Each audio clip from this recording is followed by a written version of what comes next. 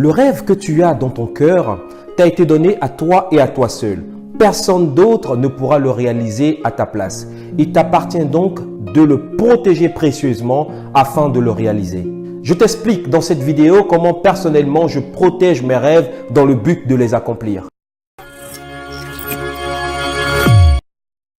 La première chose que tu dois savoir, c'est que si tu as des rêves, ces rêves seront attaqués. Et plus tes rêves sont grands, et plus grandes seront les oppositions. Mais que cela ne te fasse pas peur. Si tu as des grands rêves, c'est que tu as de grandes choses à accomplir. Et ça, c'est top. Tu seras donc la solution de quelqu'un, quelque part dans le monde, qui attend qu'une solution sorte de toi. Qui attend que tu réalises ce rêve et que tu lui apportes la solution qu'il attend. Et ça, c'est la plus grande des récompenses. Il faut juste que tu sois conscient que lorsque tu commenceras à avoir de grands rêves, tu seras confronté à deux types d'opposition. Le premier type d'opposition est l'opposition que j'appelle opposition interne. La première opposition à laquelle tu seras confronté, c'est toi-même. Comment tu peux être toi-même une opposition à l'accomplissement de tes rêves? Tout simplement, numéro 1, tout simplement lorsque tu oublies tes rêves. La vérité, c'est que beaucoup de personnes oublient 3/4 des rêves qu'ils reçoivent. Ils oublient ces superbes idées qu'ils ont reçues, ils oublient l'imagination qu'ils ont eue. Et de ce fait, elles ne peuvent pas passer à l'action de façon sereine et du coup, elles ne font rien. Alors l'oubli peut constituer un véritable blocage, un véritable frein à l'accomplissement donc de ton rêve. Et c'est ce que j'appelle l'opposition interne. Le conseil que je te donne pour vaincre l'oubli, c'est de noter absolument tout. C'est aussi simple que ça, de noter tout dans les moindres détails. Et tu verras que lorsque tu seras en train de noter le rêve que tu as, le rêve qui bout dans ton cœur, tu verras que lorsque tu seras en train de le noter, ce rêve se précisera. Tu auras plus de détails, tu pourras aller en profondeur et tu verras que ces précisions que tu reçois t'aideront dans l'accomplissement, dans la réalisation de ton rêve. Et cela est très important. Note absolument tout. Note non pas sur des feuilles volantes, mais achète-toi un cahier, ce que j'appelle le cahier des rêves, le cahier de rêve. Note absolument tout dans ce cahier et garde-le précieusement. Oublier ses rêves est une opposition interne grave qui t'empêche d'accomplir de grandes choses dans ta vie. Alors note absolument tout, dans les moindres détails. La deuxième opposition interne à laquelle tu seras confronté lorsque tu commenceras à avoir des grands rêves est ce que j'appelle les pensées héréditaires ou systèmes de pensée qui se sont transmis par tes parents, par tes arrière-grands-parents, par tes grands-pères ou encore par toute autre personne de ton entourage. Les pensées héréditaires ont pour but de te faire accomplir des choses que tes parents ont eux-mêmes accomplies. Et cela se transmet de 3 manières. La première façon dont se transmet des pensées héréditaires, c'est la voie que j'appelle voie normale, c'est-à-dire par reproduction. En fait, tu te surprends en train de faire les mêmes choses que ton père, en train de penser comme ton père, en train d'accomplir ce que ton père a accompli et de ne pas faire ce qu'il n'a pas fait. Le premier mode de transmission des pensées héréditaires, c'est la voie naturelle ou la voie normale. Les pensées héréditaires peuvent aussi se transmettre par voie d'observation. Ça veut dire que tu as vu tes parents, ton père et ta mère être des employés, des salariés toute leur vie, alors cela est devenu pour toi une norme. Tu as vu tes parents être locataires toute leur vie, alors bien que tu aies pour rêve de te construire à toi une grande maison, tu n'arrives pas à passer à l'action tout simplement parce qu'au-dedans de toi, il y a cette pensée qui refuse le fait de construire pour toi une grande maison. Tu n'arrives pas à passer à l'action à cause de cette pensée limitante qui, au-dedans de toi, est plus forte que ton rêve. Le troisième mode de transmission de la pensée héréditaire, c'est tout simplement ce que tu auras entendu. Ce que tu auras entendu tes parents te dire, ce que tu auras entendu l'environnement dans lequel tu as grandi te dire. On t'a sûrement dit, travaille bien à l'école et comme cela, tu auras un bon job, tu auras un bon boulot, tu auras un bon travail ou tout simplement, travaille bien pour que tu sois un bon salarié. Alors du coup, lorsque tu commences à recevoir des rêves de création d'entreprise, tu refuses inconsciemment cette pensée, tu refuses inconsciemment ce rêve. Pourquoi? Parce que tu n'acceptes pas l'idée de créer une entreprise avec plus d'une centaine de collaborateurs et d'être toi le boss. Et tu commences à t'auto-saboter et tu ne passes pas à l'action. Les pensées héréditaires sont d'une efficacité redoutable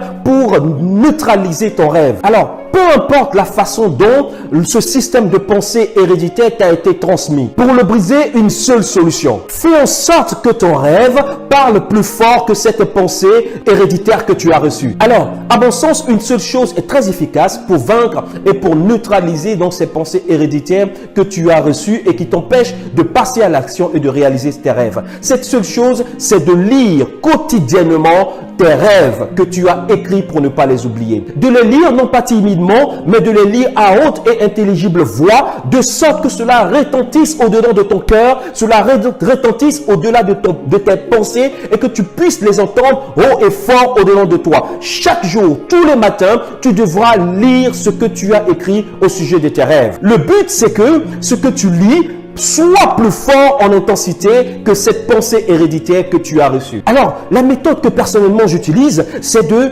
d'écrire. Mais non pas seulement écrire, mais aussi de schématiser, de faire des croquis donc de mes rêves. Je dessine tout ce que je vois dans mon imagination. Je les mets par écrit, je les schématise, je fais des croquis pour illustrer tout ce que je visualise dans mon esprit. Et chaque matin, je lis. Chaque matin, je visualise ces rêves et je les lis à haute et intelligible voix, de sorte que cela parle plus fort que les pensées héréditaires que j'ai reçues. Regarde, chez moi par exemple, lorsque tu arrives dans mon bureau situé au rez-de-chaussée de la maison, lorsque tu rentres dans le bureau, tu verras que j'ai affiché sur le mur les logos de toutes les entreprises que je rêvais créer, avec la date à laquelle ces entreprises devaient être créées. Alors, à chaque fois que je rentre dans mon bureau, la première chose que je vois, ce sont donc affichés tous ces logos des entreprises que je rêvais de créer. Alors, tu imagines le nombre de fois que je rentre dans mon bureau et le nombre de fois du coup que je voyais, que je lisais ces dates de réalisation, que je voyais ces logos imprimés et affichés donc sur mes murs. Aujourd'hui, 3/4 de ces entreprises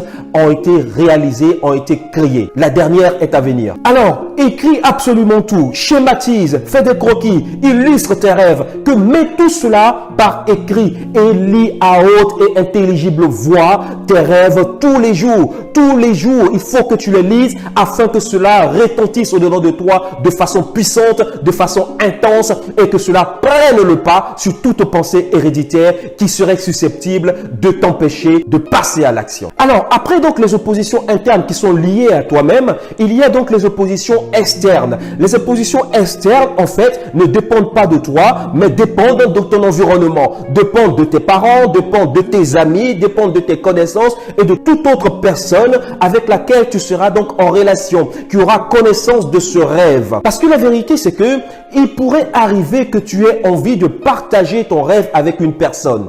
Le conseil que je puisse te donner, c'est de bien choisir la personne avec laquelle tu partages ton rêve. Car dehors, il y a de véritables experts en destruction de rêves. Ce sont des spécialistes tueurs de rêves. Alors, je te conseille de ne pas partager tes rêves avec tout le monde, avec n'importe qui. Si tu devais être amené à le faire, le conseil que je te donne, c'est de partager tes rêves avec des personnes qui elles-mêmes ont eu à réaliser déjà des exploits, qui pourront comprendre ton rêve, des personnes qui ont des résultats concrets, des personnes qui ont performé dans le domaine dans lequel tu souhaites te lancer, des personnes qui ont de vrais résultats et qui ont de l'expertise dans ce que tu souhaites faire. En fait, partage tes rêves avec de vrais mentors, des personnes qui ont de réels résultats. Tu vois, lorsque je devais créer ma première entreprise, j'ai eu à cœur, j'ai eu comme cela envie de partager cela avec un grand frère. Tu vois, les grands frères de quartier. J'ai eu envie donc de partager cela avec l'un d'eux